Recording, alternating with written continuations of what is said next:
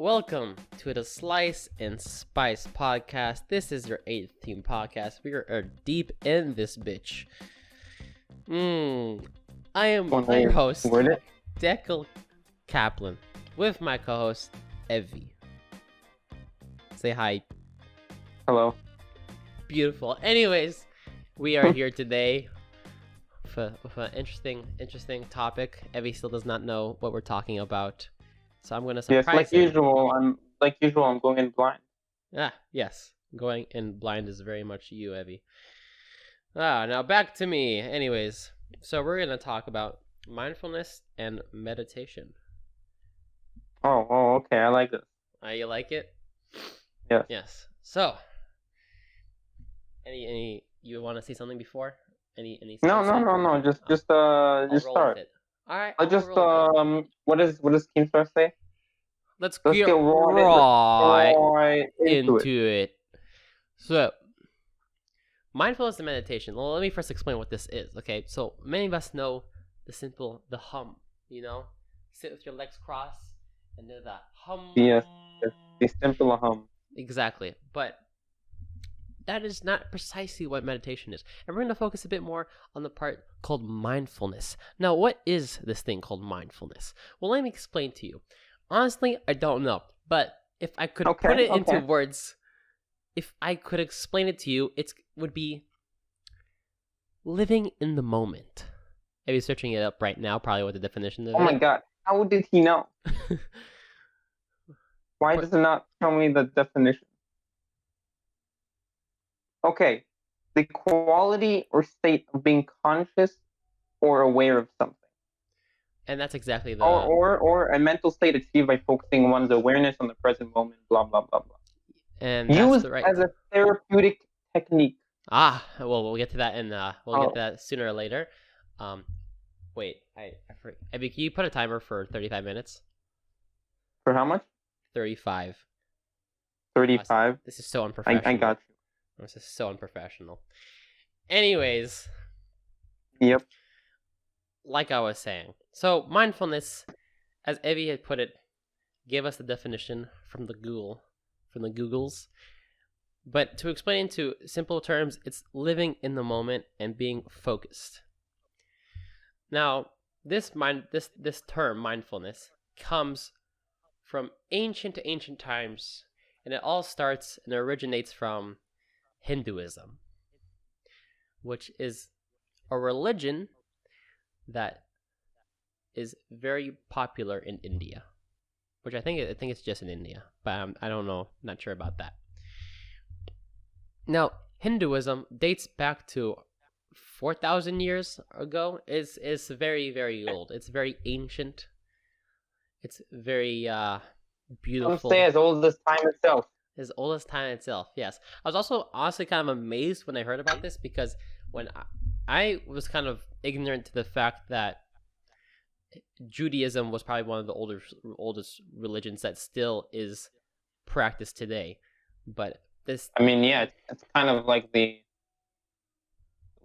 kind of what the Jews used to flex, you know? Exactly. But perhaps this is not exactly the case, since Hinduism does date back very far back. So Hinduism is the religion that of the Indian people, or is now known as India. Before, it wasn't actually known as a religion. It was simply a tradition that was like a shared tradition that was of the people of India, and then only in the 1980s or 1970s, it was coined by the British as Hinduism. Yeah. By the way, two things. 95% of the world's Hindus live in India, and both Judaism and Hinduism is 4,000 years old. Well, okay. Well, so there's a type. So we still the best. I mean, maybe not the best, because in the running. We're running. Yeah, we're running for it. But yes, that is very, very two interesting facts. And so from Hinduism, which yeah, there is talk of mindfulness. It is part of the religion itself, but it wasn't a big deal of it. It's something that's more popular with Hinduism is yoga. But we'll get to that in a sec. Now, from Hinduism was born the religion as we know today, Buddhism. It was born around 500 BC, and it was created. What I said, I was 500 BC. Oh, okay. I'm just okay. Am I right? It was like 400 BC. It says it's 2,500 years ago. Whenever the hell that is. So 500 I think BC. you're right. Wow, Yeah, I was spot on. All right, I did my homework. You know the name of the guy who founded it though? Yeah, his name was, well, I actually don't know the name. I just know that he's coined as Buddha. Siddhartha? Sick name. Gautama. Siddhartha Gautama, who later became known as the Buddha, was the one who created this whole religion, Buddhism, that stems from Hinduism, which is it's very interesting. From his teachings was born Buddhism. Now, maybe people think that Buddhism is a perhaps like a sub religion of Hinduism. Yeah, like I think it's. Oh, but that's, oh, but it's simply like it's not exactly like that, because Buddhism is, its foundations are on certain foundations are not the same as Hinduism, and from Buddhism itself, mindfulness. This is where mindfulness comes in. Takes a big part of the religion. It takes a big part. It's a big part of the religion because it's a big part of the religion because the way in Buddhism there's the enlightenment that people are trying to get to enlightenment. In order to get to the enlightenment, you have to achieve mindfulness. So mindfulness became a big part of Buddhism because in order to get enlightened, you must be mindful. And so this is where mindfulness really became popular, through Buddhism.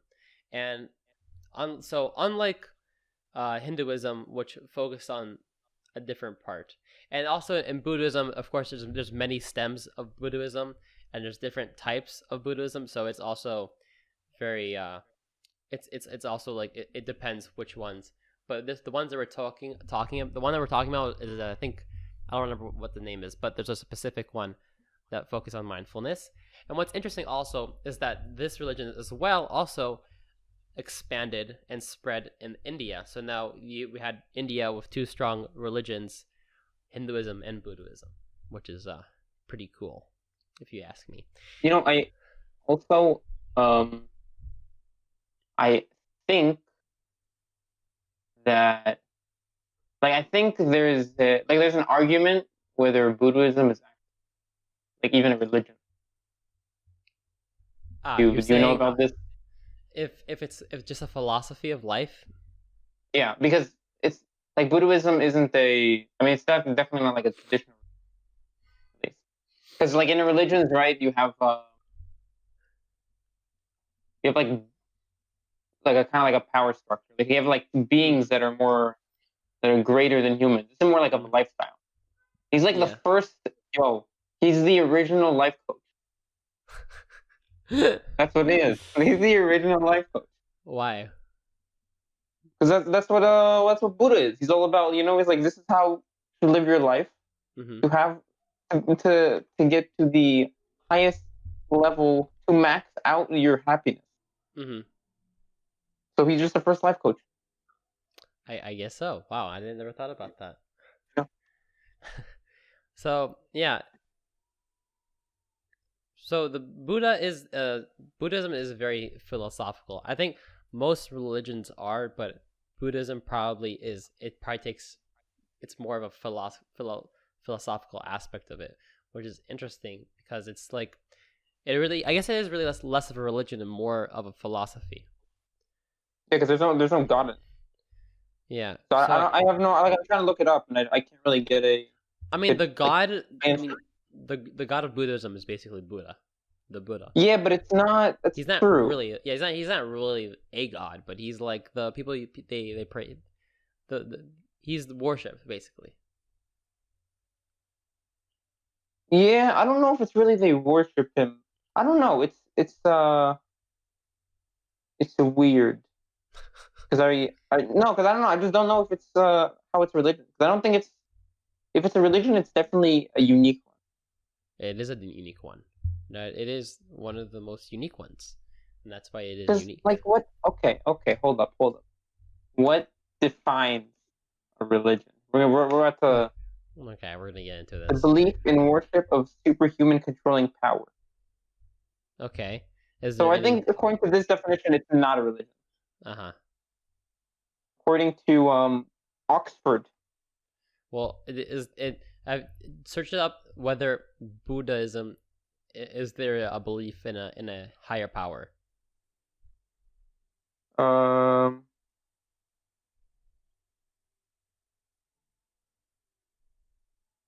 Because if so, then it doesn't answer on the criteria. Answer the criteria. is there a God in Buddhism? There is no belief in a personal God. Not even the higher power. Higher power. I guess. Well, so we have learned today that Buddhism. Maybe there are. You know what? I'm not sure. I'm not sure. Okay. Well, we've learned today that Buddhism isn't exactly your orthodox religion. It is something. It's something very unique. And so, from Mr. Buddha's teachings, mindfulness is where we should all set our minds to. And so, from the Buddha's teachings, people practiced mindfulness, many through meditation, which was probably the thing what people usually did, which was the art of focusing on something and just doing that. Now, meditation and mindfulness and yoga also go hand in hand. Yoga is something that was more popular with Hinduism, and the reason for this is mindfulness is becoming aware and being focused and just kind of living the moment. And yoga, there's certain aspects of yoga is tied to mindfulness, because in yoga sometimes you'd have to be aware of the feelings and the sensations in your body. So these things were tied together. And this is and that's kind of where mindfulness and yoga comes from. It's very cool. Now, recently, it was like around, I can't remember when this was, but like around the night last 100, the last century, this century, basically, the recent century, my teachings of mindfulness became very, very, very popular in the West, in the Western part of the world, because these things everything I talked about, the mindfulness and yoga, it's all very comes from a very spiritual place, and the West kind of took it and kind of gave it and took their secular point of view on it, and gave it like a secular spin, and you started using these teachings. They started implementing them into therapy, for example, for people with depression, and to help combat that. And they found there was a lot of success with these methods, and from there it really began to spread through making people just like helping them cure of certain things, and giving people happiness, which is something that probably a lot of people in the West talk about. You usually hear about a lot of people being like going after material things and just kind of losing the meaning of life. Not losing the meaning of life, but that's a loaded sentence. sorry, going after the material things and kind of not finding the things that satiate, the things that satisfy them in life, and and so this is where mindfulness really came in and helped him with that. But how so? I have not understood the mindfulness of the Western world. Okay, so you're just to make sure I understand correctly. Your question is, how does mindfulness help? You got your regular 9 to 5 Joe, you know. But no, let's give him a good name. We have a dude named Andrew, you know. Okay. Works a regular 9 to 5 job. How does the mindfulness enlighten this man? Well, mindfulness could help him with maybe seeing, like, really experiencing maybe perhaps his job. Taking maybe his experience of his job is, wow, you know, I honestly, I'm kind of, no, but like I mean more words. like Sorry, yes. Is it more like, is it more of a way of thinking or like a meditation? You know, like does our Andrew, like, you know, before he goes to work in the morning, he gets up, he does a hum, you know, for a bit, then he goes to work, you know, buy some donuts on the way to work, give it to everybody because he's in a great jolly mood, or is it some, I don't know, just looking himself in the mirror in the morning and be like, every day is your last day on this mortal coil. So you're saying, is it something that you think about, or like is it more of like an conscious action or or a mind? subconscious? Is it more of like an action or a mindset? Wow. I think it's both. I mean, listen. I didn't mean to mind frick you. Yeah. Okay. I'm gonna now take from my own personal experience. Yes. Yeah. I was gonna ask. I'm going to. What do you do? Yes.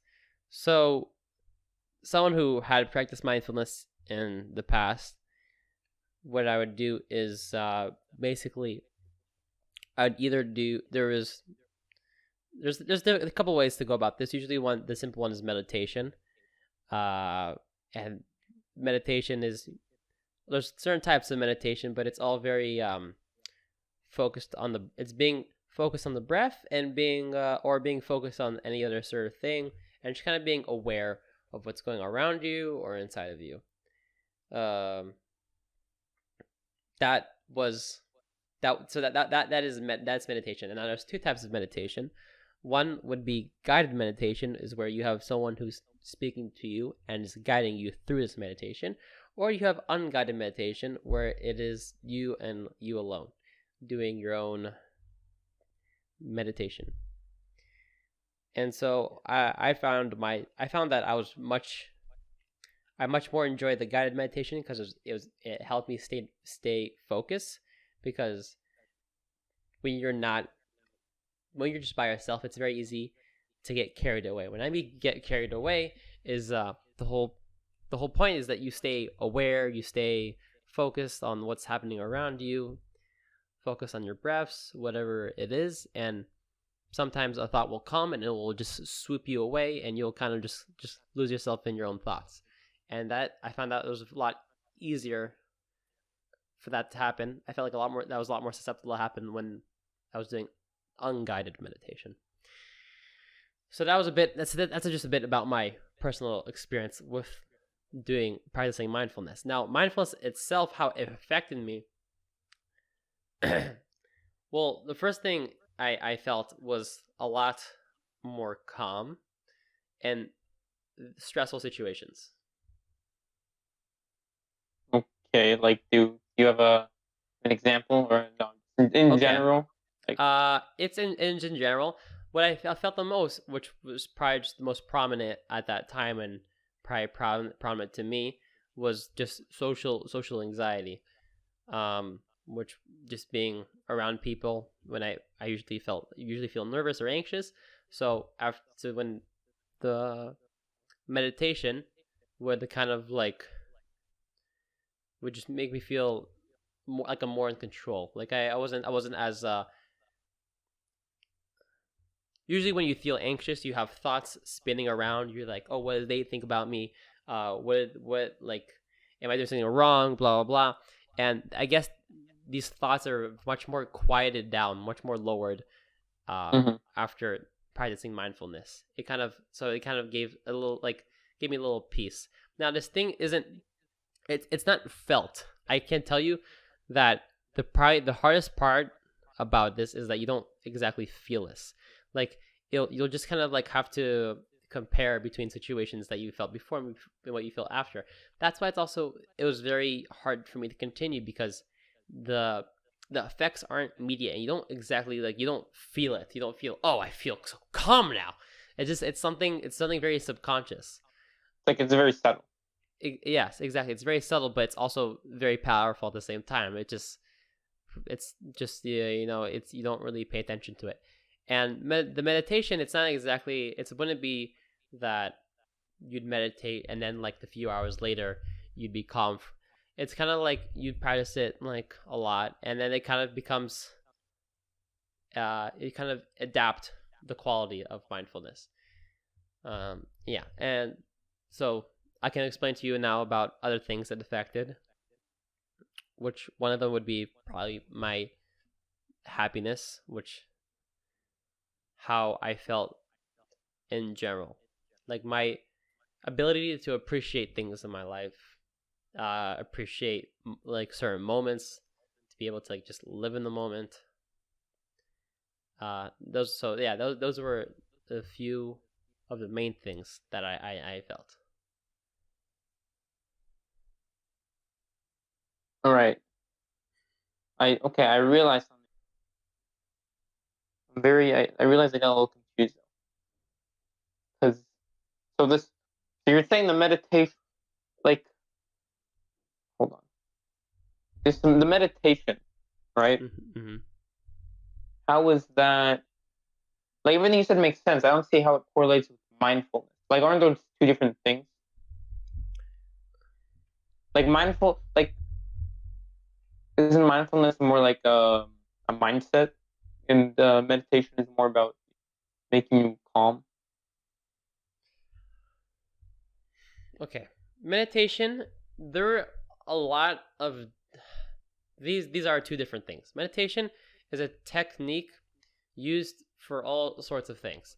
You can meditate for mindfulness. You can meditate to be calm. You can meditate to be, meditation for like happiness. You can meditate to be, some sort of meditation for calming your nerves. So meditating on a certain a certain personality trait that you want to achieve. I don't know, like meditate on your dreams. You can do a lot of things with meditation. But the most known one is perhaps mindfulness. Mindfulness, to practice mindfulness, is practicing being in the moment. As I said, focusing on something, being aware of what's going on around you or inside of you. It's very connected with meditation, but it's not exactly the same thing. For example, meditation, for example, if I were to practice mindfulness meditation, it would kind of be like me taking a breath in, and then focusing on the breaths I'm taking. But I can also practice mindfulness, for example, by, let's say, I'm cutting onions. I don't know why this example came to my head. I'm cutting onions, and I'm just like Okay, I like where this is going. And I'm just really focused of just like on the onion, and I'm focused, like I'm like really aware of like the slice and the sounds I hear and the smell of the onion, and just being like trying to focus on that and being aware of the certain of that certain experience would be practicing mindfulness in itself. I think I make you more confused than That was just such a strange example. I don't know why. The first thing that came to me was cutting onions. Don't really get it with that example, you know? Okay, so let me give you another one. Let's say you're taking a walk, and you just kind of like you just go and appreciate, for example, the tree that you see. You see a tree and you're like, wow, what pretty leaves, and you just kind of like focus on what the shape of the leaves, the color, and stuff. Wow, you sound like such a hippie. Okay, but I do understand what you're saying. Yeah, so it is very hippie like. But it's just being very. It sounds very hippie, but just being very like just taking in things, just taking in things for everything that you can take in. Because for most of the time, when you're like, for example, when you're walking, you don't look, like, you might look at things, but you don't really take them in. It's very Mhm. it's very bland. It's especially since your mind can't comprehend so much information, it has to lose some of it. So you tunnel vision through some of the things. And now there's a lot of times where you're walking, and like, it's very different just to go and walk normally.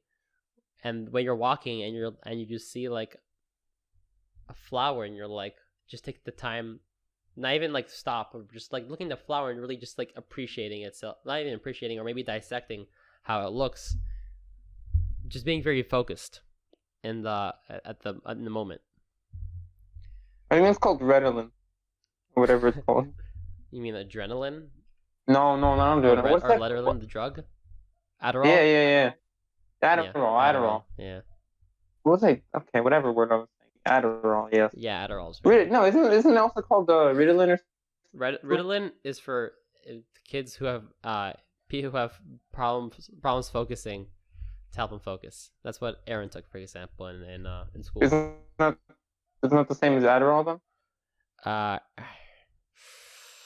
So it's Adderall, like similar to Adderall? it's similar. I think it's like in the same family of drugs, but Adderall, I think, is much All different. right, let's do this. What? Adderall is I think, much more intense. Dude, look at all these. Okay, hold on. What is the difference? What do you think you're never gonna guess this. What do you think the first fill-in is for what is the difference between? Between boys and girls? Nope. Okay. Between peanut butter and jam, bisexual and pansexual, communism and socialism, a psychopath and a sociopath, a sea and an ocean, college and university. What is the difference between a sea and an ocean? Oh, we'll get to that. Wait. Java and JavaScript, jail and prison, pandemic and epidemic. Wait, there's a difference between jail and prison, and there's a difference between pandemic and epidemic? Yes. I don't know which. Pandemic and epidemic, one of them is nationally, one of them is international. Right. I think we talked about this once. Like in the beginning, I think in the beginning, like, Corona was an epidemic, mm-hmm. and then when it had like a certain amount of cases, like, worldwide, it became a pandemic, mm-hmm. or the other way around. Okay. So let's look. What is the difference between a sea and an ocean? Seas are smaller than oceans and are usually located where the land and ocean meet. Typically, seas are partially enclosed by land. Mm-hmm. Okay. What was the next one? The original one that we want. Oh, the prison and jail. All right, let's see. I don't even remember the original thing. We often used interchangeably as places of confinement. Okay, you can basically, they're the same, but you can use jail to describe someone who's awaiting trial. Mm-hmm. And prison is for someone who's already been convicted. Ah, okay, that makes sense actually. Okay. What's the difference between Adderall and Ritalin? Oh, good thing you remember. Yeah. Look, okay, it's the first one for them. Okay. Ritalin is short-acting drug that reaches peak levels in the body in a shorter amount of time. So I guess Ritalin is more of like, I don't know. I think Adderall is more of a long-term thing. Ah, okay. Yeah, Adderall works for 4 to 6 hours. Ritalin for 2 to 3. Oh, okay, interesting. Damn. So so yes, it's like Adderall. Hey, same thing then. Same thing. Yes, except you don't get it. You don't have a come down. Oh, yeah. I guess. Do you have a come down from Adderall? I mean, yeah. I guess I wouldn't know. Aaron also talked about how he felt like shitty after he took Ritalin. That sounds that sounds. I mean that's in general kind of ridiculous. I can't believe like that's a thing that like in school like some people can't focus. They're like, fuck it, something's wrong with you. Just take drugs. And they're like, the system's fine. You just need some pills. It's okay. I mean, That's insane to me. listen, it's not this. Like, I think most people can agree that system's not fine. That's just changing it is just so much fucking political that it's hard. I mean, I don't even think it's necessary. I mean, it's probably political, but I don't think it's. I don't know. School is much easier said than done to change. I agree. School is shitty. I don't really know how you change school. That too. Like at the end of the day, to learn things, like a lot of the modern day things to learn, you just have to be in a classroom or like in a learning environment. Like at the end of the day, I think you have to sit and listen to somebody explain shit. Yeah, dude, and it's fucking terrible, especially places where no one can handle people explaining shit. Like, man, our school does not know how good they have it, where the kids actually listen. Well, even they don't always listen. They don't even like. Yeah, but it's like they like at least there's some sort of respect for teachers. Depends. Some people have respect for the teachers. Some have zero.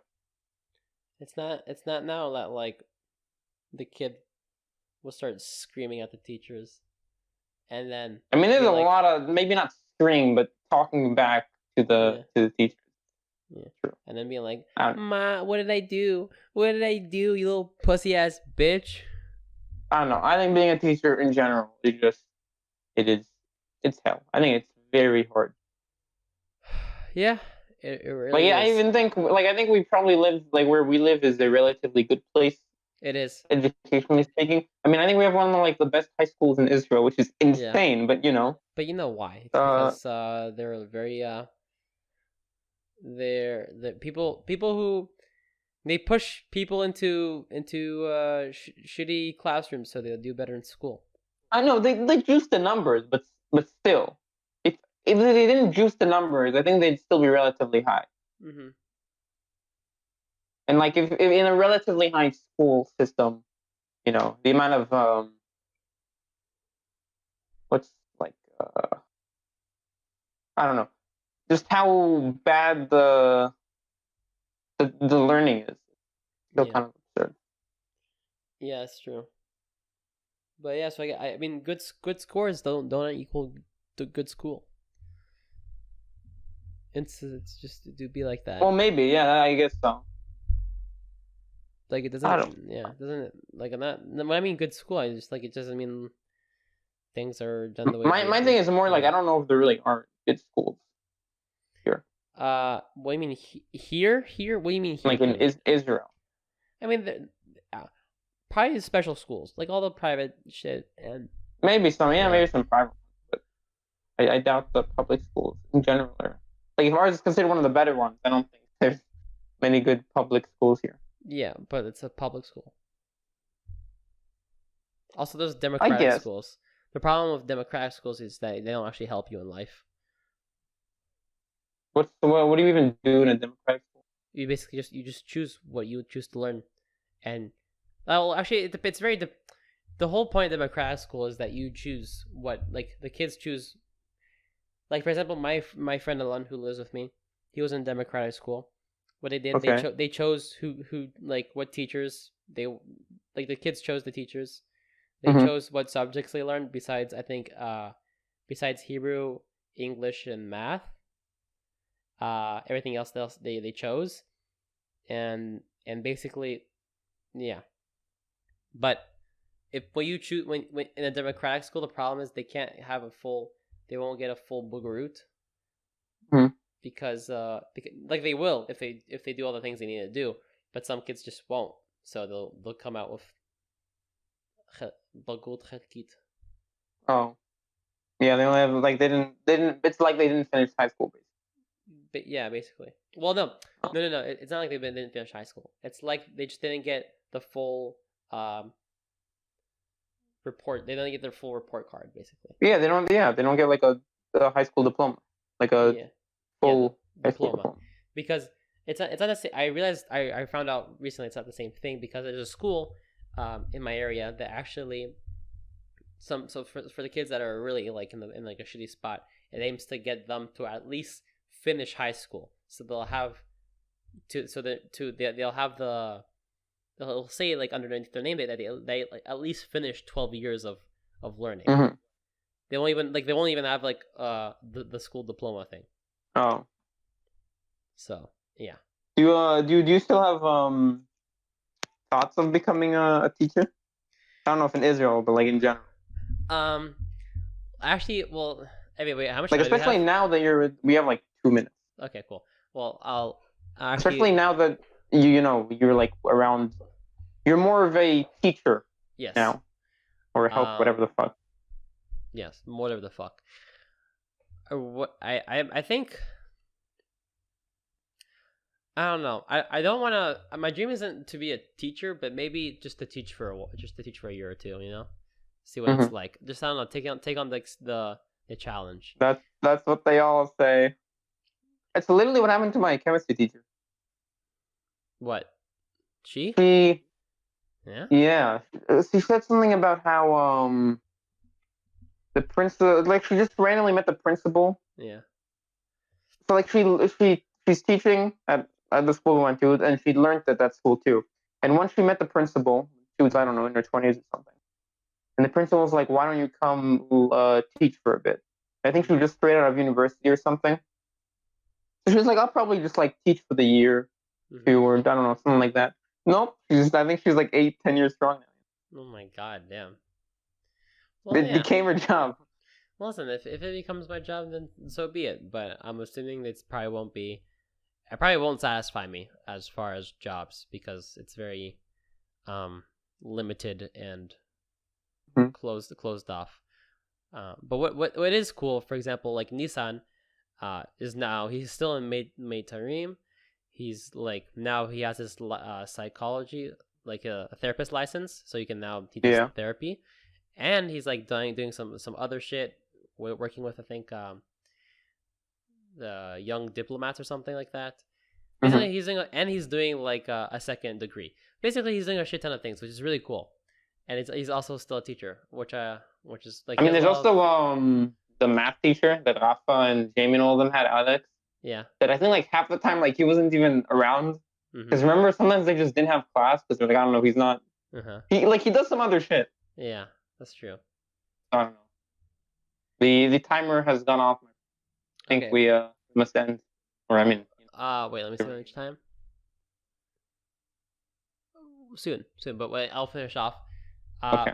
So what I wanted, like, when you say if I want to be a teacher, probably like less of a teacher, but I have found somebody who he's like the guy who's in charge of the group for army preparation that happens here, and he's very like what he does is so cool. He's a social entrepreneur. So I don't know what the fuck that means. Yozem Chevrati. I'm gonna say that in Hebrew because it sounds makes more sense. What he does, for example, so right now he's in charge of the preparation for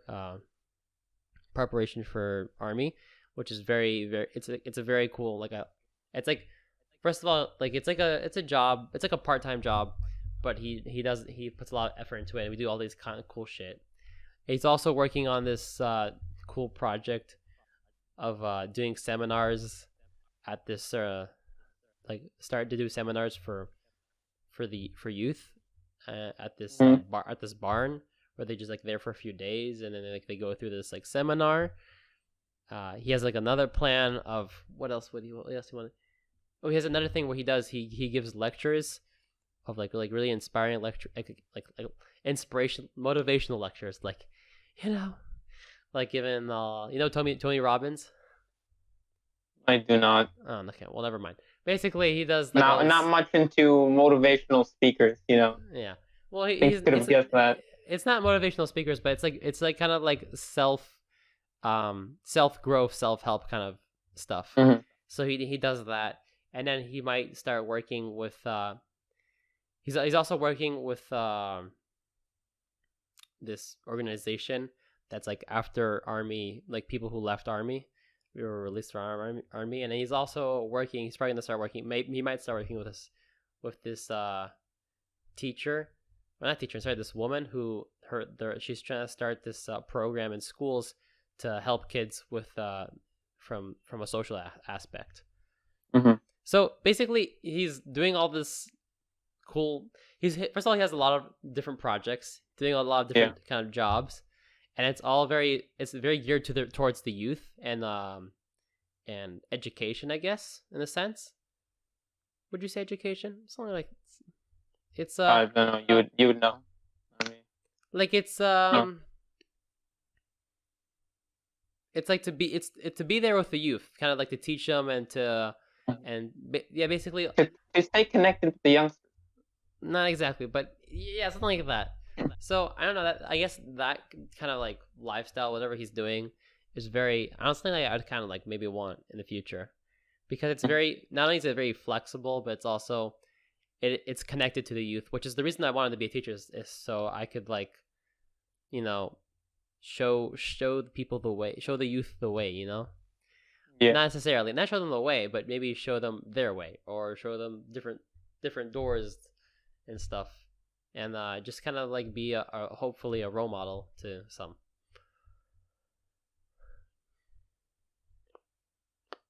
Yeah, I got nothing to add to that. Oh, okay. Well, A beautiful speech, you know. Thank you. It was powerful.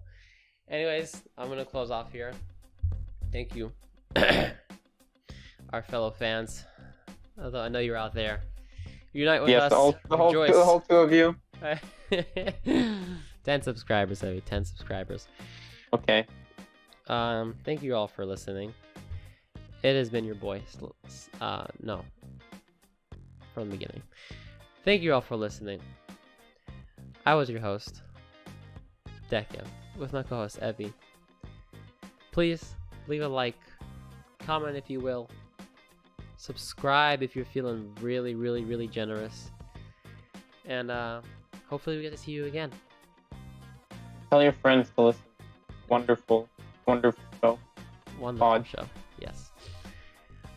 And we'll see you next time. Goodbye. Good day.